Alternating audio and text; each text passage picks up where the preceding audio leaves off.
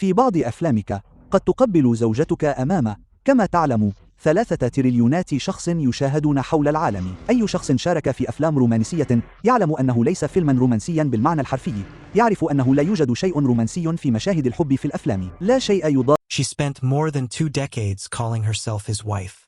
She raised 4 children with him, stood beside him at album launches and awards shows, and told the world, again and again, that she was married to one of the most famous men on the planet.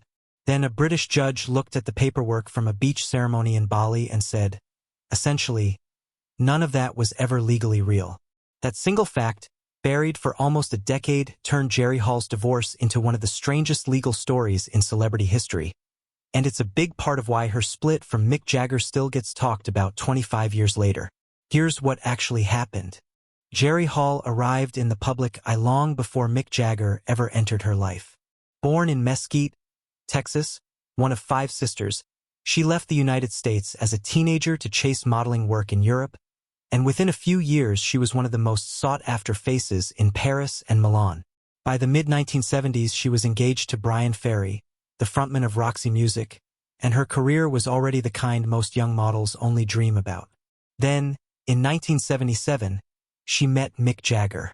Jagger was not a stranger to headlines about his personal life.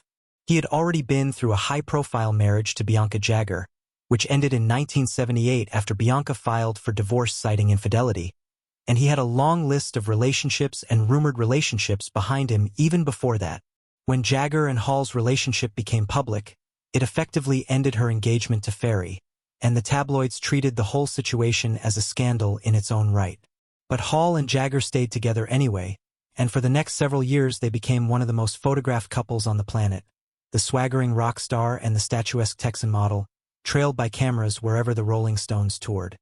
By the early 1980s, Hall and Jagger were functioning as a family even without a marriage license. Their first child, Elizabeth, was born in 1984, followed by James in 1985. 2 more children, Georgia May in 1992 and Gabriel in 1997, would eventually complete their family of 6. For years, the couple lived a life that blended a fairly ordinary domestic routine with the chaos of a global touring rock band. School lessons squeezed into hotel rooms, birthdays celebrated in whatever country the tour happened to be passing through.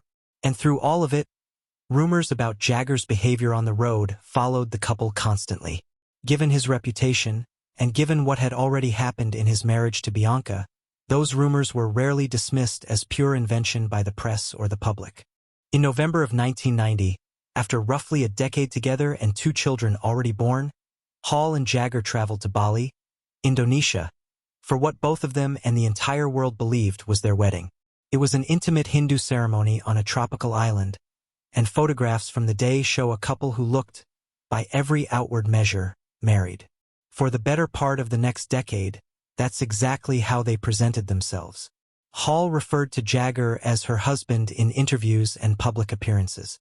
Jagger rarely, if ever, corrected her. Their children were raised, in every practical and emotional sense, as the children of a married couple. There was just one problem. Legally, none of it held up. The ceremony performed in Bali did not satisfy the requirements to be recognized as a valid marriage under Indonesian law, and the couple never completed the paperwork that would have made it legally binding in the United Kingdom, where they primarily lived. For years, this fact simply sat there, unnoticed by almost everyone outside their immediate legal circle, while Hall and Jagger continued to live, travel, and present themselves publicly as husband and wife. That quiet legal gap didn't matter, until it suddenly mattered enormously.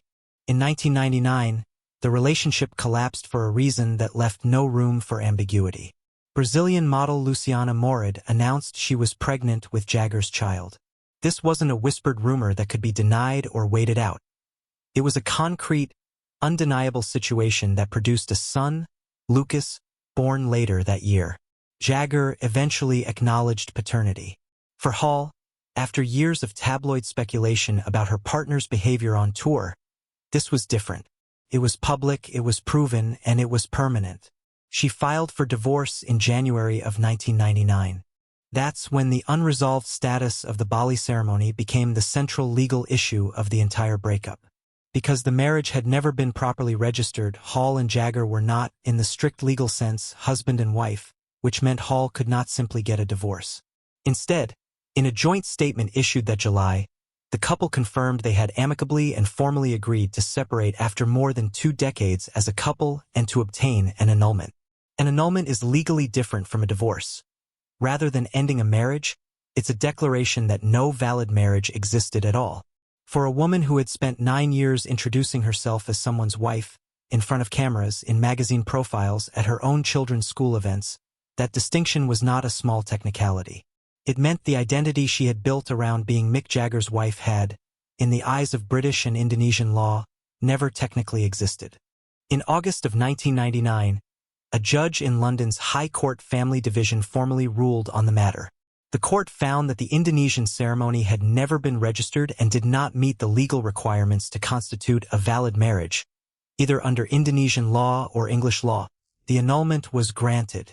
Alongside it, the court ratified a confidential financial settlement the two sides had already reached the month before, reportedly somewhere in the range of $15 to $25 million for Hall, a substantial sum, but a small fraction of Jagger's overall fortune at the time.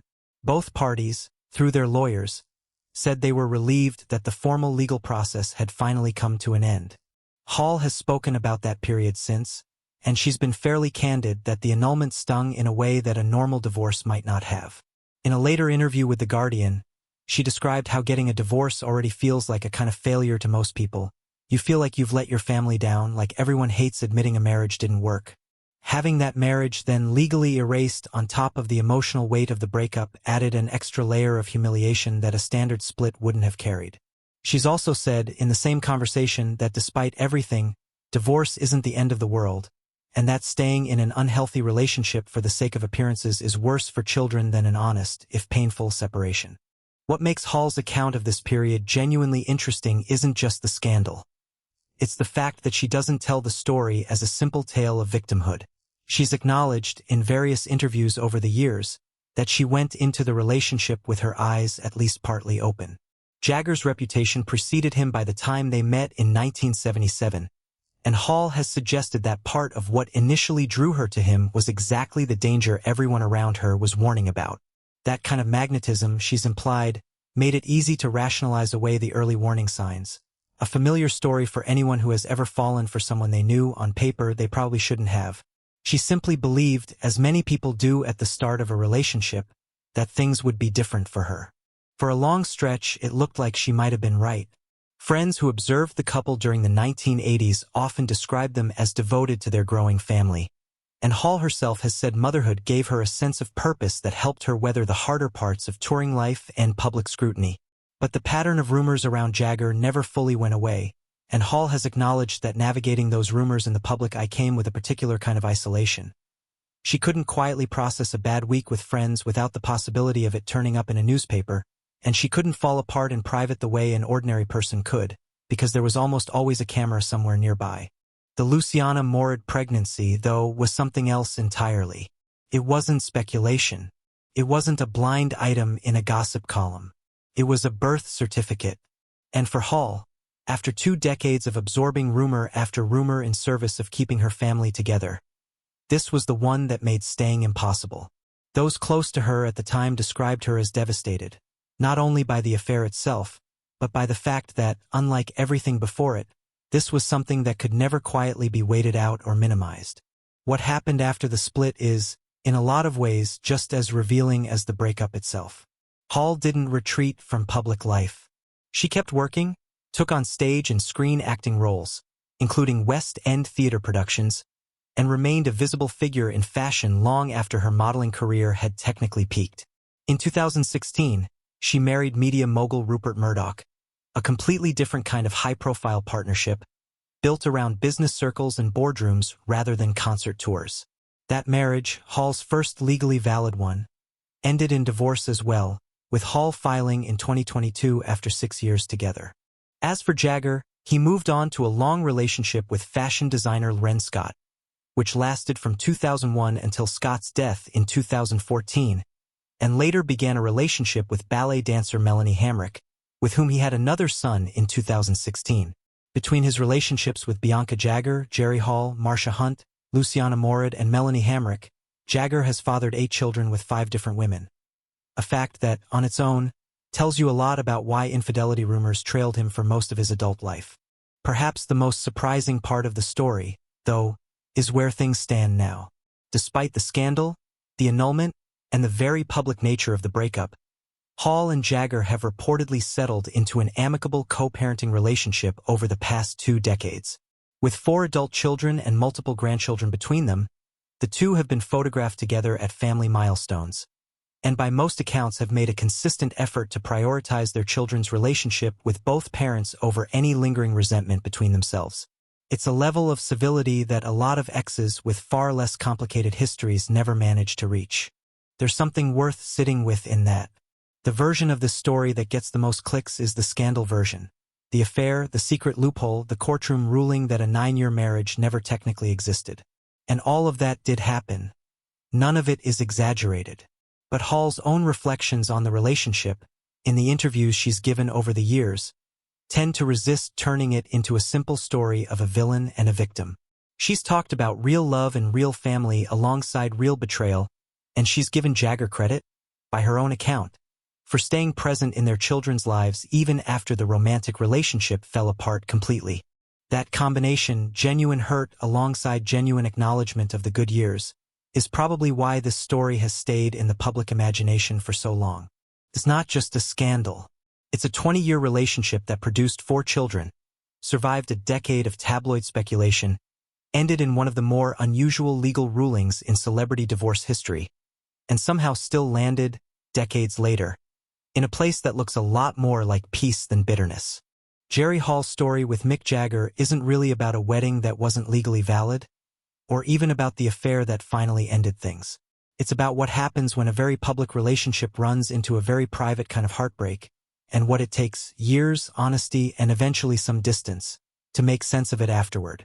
Hall has been more willing than most people in her position to talk about that process openly, and that honesty is a big part of why, all these years later, people are still